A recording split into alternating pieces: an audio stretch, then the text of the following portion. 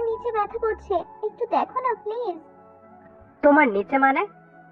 আমার নিচে মানে আমার নিচে। এই দেখো না সোনা, প্রচন্ড ব্যথা করছে, সহ্য করতে পারছি না। কি জন্য ব্যথা করছে?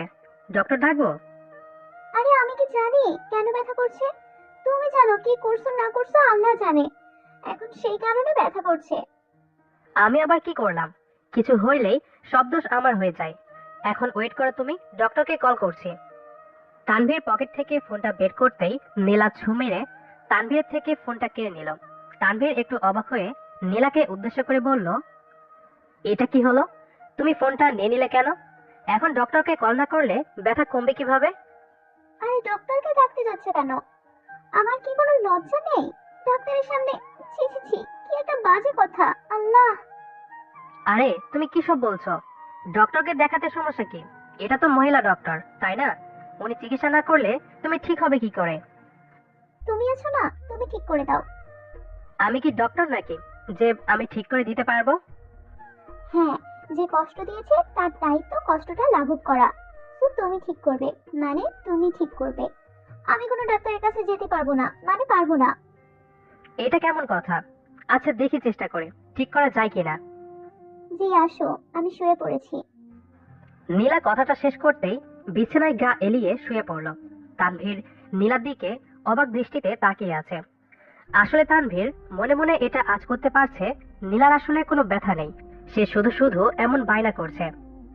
তবে কিছু করার নেই, কারণ এটা তার মনের ভাবনা, এটা মিথ্যাও হতে পারে।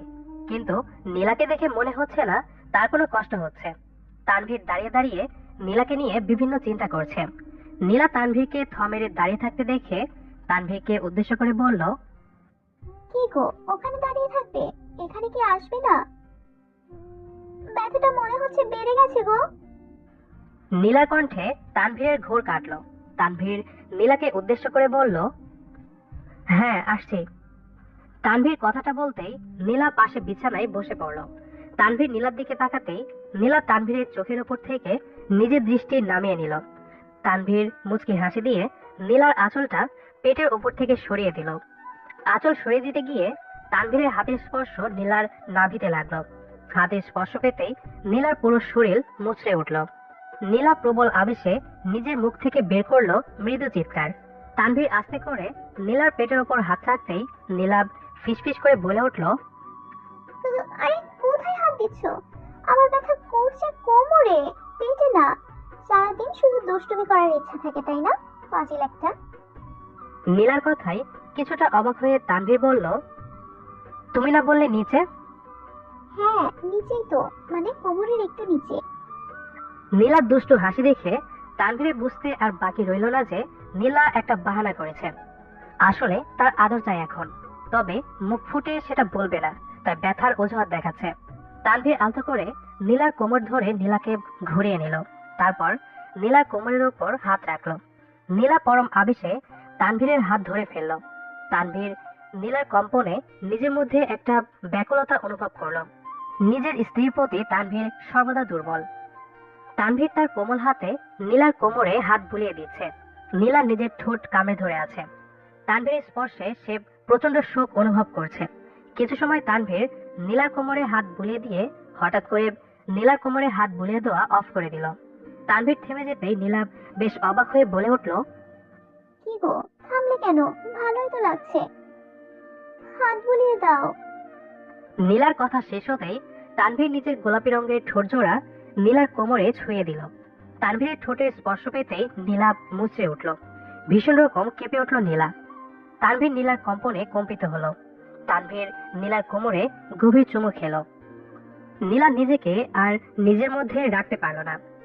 তানভীরের দিকে মুখ ঘুরিয়ে তাকিয়ে নীলা তানভীরকে নিজের বুকে টেনে নিল। তানভীর পরম আবেশে নীলাকে শক্ত করে জড়িয়ে ধরতেই নীলা তানভীরের ঠোঁট জোড়া নিজের ঠোঁট দিয়ে চেপে ধরল। নীলা আর তানভীর একটা ঘোরের মধ্যে চলে যায়। তানভীর নীলার ঠোঁটে কিছু সময় চুমু খেতেই হঠাৎ করে তানভীরের ফোনটা বেশ শব্দ করে বেজে উঠল। তানভীরের বিন্দুমাত্র কলের দিকে ভ্রুক্ষেপ নেই, কিন্তু ফোনটা একের পর এক বেজেই চলেছে। তানভীর আর নীলা দুজনেই বেশ বিরক্ত হলো। তানভীর নীলার ঠোঁটকে ছেড়ে দিতে বাধ্য হলো, কারণ নীলা তানভীরের ঠোঁট থেকে নিজের ঠোঁট জোড়া আলাদা করে নিয়েছে। তানভীর নীলার দিকে প্রশ্নসূচক দৃষ্টিপাত করতেই নীলা মৃদু কণ্ঠে বলল, তোমার কল এসেছে তানভীর। হুম। তানভীর নীলার পাশ থেকে ফোনটা হাতে নিতেই ফোনের স্ক্রিনে দেখতে পেল আলিশা কল করেছে। আলিশা হলো তানভীরের ফুফাতো বোন। এই আলিশাকে নীলা একটু সহ্য করতে পারে না। তানভীর নীলার দিকে তাকিয়ে মুচকি হেসে বলল, 1 মিনিট, আমি আসছি। তানভীর কথাটা শেষ করতেই বিছানা থেকে উঠে পড়ল। ফোনটা নিয়ে তানভীর চলে গেল ব্যালকনির দিকে। নীলা তানভীরের দিকে প্রশ্নসূচক দৃষ্টিতে তাকিয়ে আছে। নীলা ভাবছে কে কল করেছে যার জন্য তানভীরকে বারান্দায় যাওয়ার প্রয়োজন পড়ল। কথাটা ভাবাচ্ছে নীলাকে। ব্যালকনিতে গিয়ে তানভীর কলটা পিক করলো। কলটা পিক করতে ওপাশ থেকে আলিশা বলে উঠল, ওই, এতক্ষণ লাগে কলটা ধরতে? কি করছিলে এতক্ষণ? না, ওই একটু কাজে ছিলাম। বল, কি হয়েছে? তুই গাড়ি নিয়ে এখনই এয়ারপোর্টে চলে আয়, আমি এয়ারপোর্টে বসে আছি। তুই এয়ারপোর্টে মানে? আমেরিকা থেকে কবে ফিরলি? আজকে ফ্লাইটে ফিরেছি, ভাবলাম তোদের সারপ্রাইজ দিব, তাই আগে থেকে কিছু জানাইনি। এখন বল, কেমন লাগলো সারপ্রাইজটা? ধুর, তুইও না। আচ্ছা, 10 মিনিট ওয়েট কর, আমি আসছি। না, 20 মিনিট ওয়েট করেছি, আস্তে ধীরে আয়। আলিশা হঠাৎ করে আবার কেন এলো? বিধাতা জানে আবার কি ঝামেলা আমার জন্য অপেক্ষা করছে। আনমনে কথাটা বলল তানভীর। তানভীর ফোনটা রেখে পেছনের দিকে ফিরে তাকাতেই চমকে যায়। তানভীর পেছনে ফিরে দেখতে পেল নীলা দাঁড়িয়ে আছে তার পেছনে। নীলার চোখে চিন্তা ও বিরক্তিকর ছাপ স্পষ্ট। তানভীর নীলাকে উদ্দেশ্য করে একটু কাপা গলায় বলল, এখানে দাঁড়িয়ে আছো যে, কিছু কি বলবে? কেন, আমার এখানে দাঁড়িয়ে থাকতে কি কোনো সমস্যা, নাকি এখানে দাঁড়িয়ে থাকাটা আমার জন্য বারণ? ওহ নীলা, কামন, এমন করে কথা বলছো কেন মেরি জান? তোমার যেখানে ইচ্ছা সেখানে থাকলে তো আমার সমস্যা শোনা। তোমার জায়গা আমার বুকে, তুমি শুধু এই বুকে থাকবে। তানভীর কথাটা বলতে বলতে নীলার কাঁধের ওপর নিজের 2 হাত রাখলো। নীলা ভীষণ তিক্ততার কণ্ঠে বলল, কে আসছে? ওহ, ভালো কথা মনে করিয়ে দিছো। আলিশা আসছে। সারপ্রাইজ দিতে আগে থেকে কিছু জানাইনি। 2 দিন হয়তো থাকবে, তারপর চলে যাবে। হুম। নীলা আর কোনো কথা বলল না। তানভীরের হাত জোড়া নিজের কাঁধের ওপর থেকে নামিয়ে দিয়ে সে চলে যায়। তানভীর বেশ বুঝতে পারছে নীলা আলিশার এখানে এমন হুট করে আসায় মোটেও খুশি হয়নি। কিন্তু কি আর করার, আলিশা তার ফুফাতো বোন, তাকে তো এখানে আনতেই হবে। তাছাড়া তানভীরের করার মতো কিছু নেই। নীলা চলে যেতে তানভীর গাড়ির চাবি নিয়ে দ্রুত বাড়ি থেকে বেরিয়ে যায়। এয়ারপোর্টে আসতেই তানভীর আলিশাকে কল করে। কিছু সময় কলটা রিং হবার পরে হঠাৎ করে তানভীরকে ভীষণ অবাক করে দিয়ে একটি শর্ট স্কার্ট পরা মেয়ে তানভীরের দিকে দৌড়ে ছুটে আসতে লাগলো। তানভীর ভালো করে লক্ষ্য করে বুঝতে পারলো এটা আলিশা। এই কয়েক বছরে সামান্য পরিবর্তন হয়েছে, তবে তাকে চেনা যাবে না এমন কিছু নয়। আলিশা তানভীরের দিকে দৌড়ে ছুটে এসে তানভীরকে শক্ত করে জাপটে জড়িয়ে ধরে। তানভীর আলিশার এমন অদ্ভুত ব্যবহারে একটু বিব্রত হলো। আলিশা তানভীরকে জড়িয়ে ধরে বলতে লাগলো, ওহ মাই সুইট কিউট বয়টা, এত হ্যান্ডসাম হতে কে বলেছে তোমায়? সে দূর থেকেই আমার দৃষ্টি তোমার উপর পড়ে যায়। আহ, কি রূপ! এই রূপের তেজ সেই আমেরিকা থেকে আমায় টেনে হিচড়ে নিয়ে এসেছে। আলিশার কথা শুনে তানভীর থ মেরে যায়। এসব কি বলছে আলিশা? মাথা ঠিক আছে তোর? থ মেরে দাঁড়িয়ে কথাটা ভাবলো তানভীর। অতঃপর তানভীর আলিশাকে নিজের থেকে আলতো করে ছাড়ে নিয়ে একটু গম্ভীর গলায় বলল, এসব কি কথা আলিশা? তোকে না বারণ করেছি এসব কথা বলবি না। আমি তুই দুজন জানি এটা ফান, তবে তোর ভাবি দেখলে তো অন্য কিছু মনে করতো। নেক্সট টাইম এমন করিস না। আরে ধুর, মজাটাকে সত্যি করেছে ভীষণ ইচ্ছে ছিল আমার, কিন্তু কপাল, ভাবি তো তোর জীবনে অনেক পরে আসছে। কিন্তু তানভীর, আমি তোর জীবনে ভাবির অনেক আগে এসেছি। তোর উপর আমার অধিকার সব থেকে বেশি। আলিশা তানভীরের দিকে তীক্ষ্ণ দৃষ্টিতে তাকিয়ে আছে। তানভীরও আলিশার দিকে এক দৃষ্টিতে তাকিয়ে আছে। কেউ কোনো শব্দ করছে না। মনে হচ্ছে দুজন নীরব হয়ে গেছে। কোন একটা বাঁধন তাদের আটকে দিয়েছে। কিন্তু তানভীর সেই নীরবতাটাকে বেশিক্ষণ স্থায়ী হতে দিল না। বেশ শব্দ করে তানভীর হেসে ফেলল। তানভীরের ঠোঁটের কোণে হাসি দেখা দেখে আলিশাও খিলখিল করে হেসে দিল। মজার ছলে আরো বহু বছর আগে আলিশা তানভীরকে ভালোবাসি বলে, কিন্তু তানভীর সেটাকে মজা হিসেবে নিয়ে আলিশার সত্যিকারের ভালোবাসাকে প্রত্যাখ্যান করে নীলাকে ভালোবেসে বিয়ে করলো। সেদিন আলিশা প্রচন্ড কষ্ট পায়। এমনকি বিয়ের পর আলিশা সরাসরি নীলাকে বলে দিল সে তানভীরকে ভালোবাসে, কিন্তু তখন আর করার মতো কিছু ছিল না। নীলা এসব কথা শোনার পর থেকে আলিশাকে সহ্য করতে পারে না। নীলা জায়গায় যে কেউ থাকলে হয়তো এমনটাই করত, কারণ একজন নারী সবটা সহ্য করতে পারলেও নিজের স্বামীর ভাগ কখনো কাউকে দিতে পারে না। তানভীর আলিশাকে নিয়ে সোজা এয়ারপোর্ট থেকে বাড়ি চলে আসে। বাড়ি আসতেই আলিশা নীলাকে দেখতে পেয়ে নীলাকে জড়িয়ে ধরলো। নীলা একটু অবাক হয়ে যায়, কারণ সে আলিশাকে দেখতে পায়নি। আলিশা নীলাকে পেছন থেকে জড়িয়ে ধরে বলতে লাগলো, ভাবি কেমন আছো? আমার সুইট পটটাকে ভালোবাসা দিতে কি কোনো কিপটিমি করছো? বলো বলো।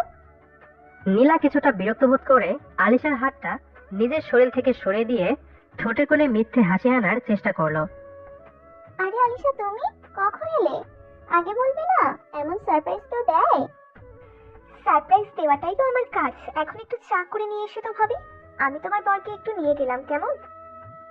আলিশা কথাটা শেষ করতেই তানভীরের হাত ধরে তানভীরকে টানতে টানতে নিয়ে যেতে লাগলো নিজের সঙ্গে করে। নীলা একদৃষ্টিতে তাকিয়ে আছে আলিশা আর তানভীরের দিকে। বুকটা মনে হচ্ছে ছিঁড়ে গেছে তার। নিজের কলিজাটা মনে হচ্ছে আলিশা নিয়ে যাচ্ছে। নীলা ভাবলো তানভীর হয়তো আলিশার সাথে যেতে আপত্তি করবে, কিন্তু না, তানভীরও আলিশার সাথে চলে গেল রুমে। নীলা আর কি করবে, কিছুই তো বুঝতে পারছে না। তো বল, সংসার কেমন চলছে? এই চলছে ভালোই। তোর কি খবর? আর কতকাল রাজকুমারের জন্য অপেক্ষা করবি? অপেক্ষার অবসান ঘটে গেছে মেরি সুইটহার্ট। আমি আমার রাজকুমারকে পেয়ে গেছি। ও মা, তাই? কাকে পেলি? কে সে? কি করে? কোথায় থাকে? সে কে, কি করে, কোথায় থাকে, এত কথা আমি তোকে বলতে পারবো না। এত তথ্য জানার থাকলে আজ বিকেলে চল মিট করে জেনে নে। আয় হাই, আজ বিকেলে? হ্যাঁ, কেন? Any problem? আরে না, প্রবলেমের কি আছে, তবে ছেলের সম্পর্কে একটু কিছু আগে থেকে জানা থাকলে ভালো হতো। ছেলে সফটওয়্যার ইঞ্জিনিয়ার, আমেরিকায় আমার সাথেই কাজ করে। নাম রিয়ান। ও একটু পরে বাংলাদেশে আসছে। আমাদের একই ফ্লাইট ছিল, তবে একটা কাজেও লেট করে, তাই আমি আগে চলে আসি। বাহ বাহ, তুই দেখে একটা সুপার উত্তম। একা একা কাউকে কিছু না জানিয়ে ভালো। ভালো না কচু, ওরে তো আমার সহ্য করতেই অসহ্য লাগে। সব কাজে লেট, মাঝে মাঝে ইচ্ছে করে মাথা ফাটিয়ে দিই। না না, এমন করিস না। বেচারাকে আস্তে ধীরে মারবি। এত তাড়াতাড়ি কিছু করলে তো সমস্যা, তাই না? সেটাই। আলিশা কথাটা শেষ করতে তানভীর আলিশার গালের উপর হাত রেখে গাল টেনে দিয়ে বলতে লাগলো, আমার ছোট্ট পাখিটারও বিয়ে হয়ে যাবে। তানভীর কথাটা বলতে আলিশা হেসে ফেলল। হঠাৎ করে তানভীরের কানে ভেসে আসে নীলার গলা শব্দ। নীলা দরজার ওপারে দাঁড়িয়ে থেকে বলল, আসবো? নীলার কণ্ঠস্বরটা শুনে তানভীর চমকে গেল। নীলার দিকে দৃষ্টিপাত করতেই তানভীর দেখতে পেল নীলা চোখ মাটির দিকে, আর ভীষণ লাল হয়ে আছে তার চোখ। তানভীর মুখ থেকে কোনো শব্দ বের করলো না। নীলা আসতেই আলিশা বসা থেকে দৌড়ে নীলার হাত থেকে চায়ের প্লেটটা আগিয়ে নিয়ে অন্য হাত দিয়ে নীলাকে জড়িয়ে ধরে নিজের সাথে করে বসিয়ে দিল। নীলা কোনো কথা বলছে না। তানভীর বেশি রেগে গিয়ে ভারী কণ্ঠে বলল, এসব কি নীলা? আমি বুঝতে পারলাম না, এমন করে অনুমতি নেওয়ার কি আছে? আজ বিকেলে আমরা রিয়ানের সাথে দেখা করতে যাব। রিয়ানের সাথে আলিশার বিয়ে ঠিক করতে হবে। আশা করি তুমি যাবে আমার সাথে। তানভীর কথাটা বলে রাগে গজগজ করতে করতে চলে যায়। আলিশার ফোনটা শব্দ করে বেজে উঠল। রিয়ান হয়তো কল করেছে। নীলা বোকার মতো বসে আছে। সে কি ভেবেছে আর কি হয়ে গেল, কিছুই সে বুঝতে পারল না। আমি নিজের মনে সন্দেহ থেকে আবার তানভীরকে নিয়ে আলিশার সাথে আবার। তানভীর তো বেশ রেগে গেছে, এখন কি হবে? কথাটা আপন মনে বলল নীলা। নীলা কথাটা শেষ করতেই বসা থেকে উঠে দাঁড়িয়ে পড়ল। দৌড়ে ছুটে যায় তানভীরের পেছন পেছন। পেছন থেকে নীলা তানভীরকে শক্ত করে জড়িয়ে ধরে। তানভীর কোনো প্রতিক্রিয়া দেখালো না। নীলা তানভীরকে উদ্দেশ্য করে বলল, আমায় ক্ষমা করে দাও। আমি আর কখনো এমন করবো না। সত্যি বলছি, অনেক ভালোবাসি তোমায়। তোমার ভাগ আমি কখনো কাউকে দিতে পারবো না।